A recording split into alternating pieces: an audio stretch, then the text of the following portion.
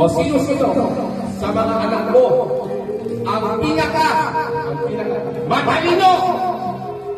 Huwag ka kumiyaw, Huwag ako kaya.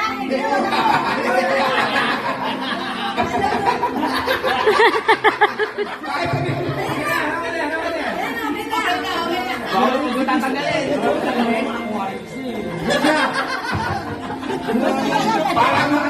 Parang may humog si Lisa.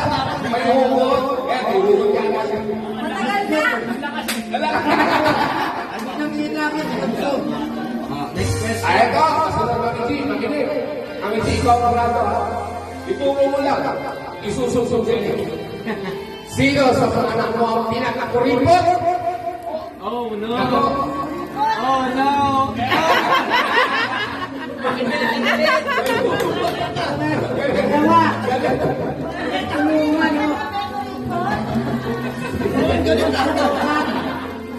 Ako, biganti ang katahanan ito na. Okay, Mami G, makinig. Your attention, please. Ito, pangatlong tanong. Sa marami. Sino sa mga anak mo? O sino sa mga anak mo? Ang galante. Opo.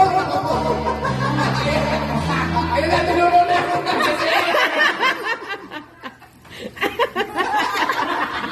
Dapat kasi kami yung mga asawa para nakaganda ako. Mamaya. Mga pamilya raw, per family. Nako, si Joseph, kapogi mo, Brad, wala kami. Yes, pumuti din! Sige, kailangan wala. Masunod pa, Miki, para lahat meron na. Hindi tali nagsubsub sila. Mami G, makinig. Sino sa mga anak mo o sino sa mga anak mo ang pinaka malambing? Delikado. Delikado, parang...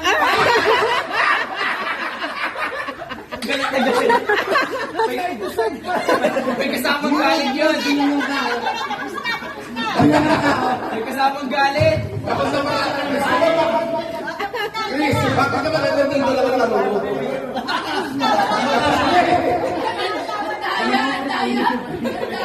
Asawa naman. Tapos ko sir, mag-asawa mo nga. Panglimang tanong ako po, nini-nervous ako rito. Sino daw sa mga anak mo, may uulit pa rito, ang pinaka independence ang pinaka-independence, hindi pa lang, ang Tagalog na nakamalaya. Kaya mag-isa. Ayaw ko lang sa sarili na, kahit walang guidance ko, walang advice ko. Ayaw tumayo sa sarili na, ay di yung caretaker sila. May titignan na si Mami. Oh. Ano Yun.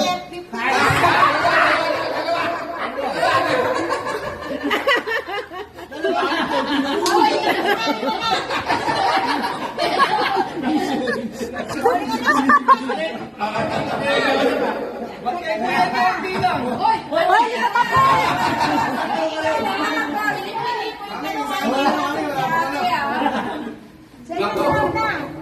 Ako, may mag-champion Picture na, maganda na ako na maganda na. Okay, susunod na tanong, Mami G. Tandaan, pagkakigigil yung ilang baka mabango. Sino o sino sa mga anak mo ang palakaway na po? Wala ba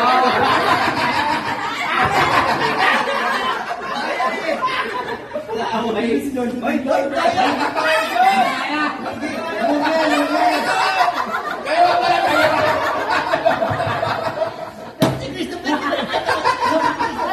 Nakakaway kami sa karanlan.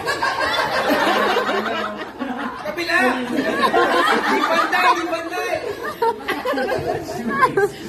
Dami nyo palang pala away.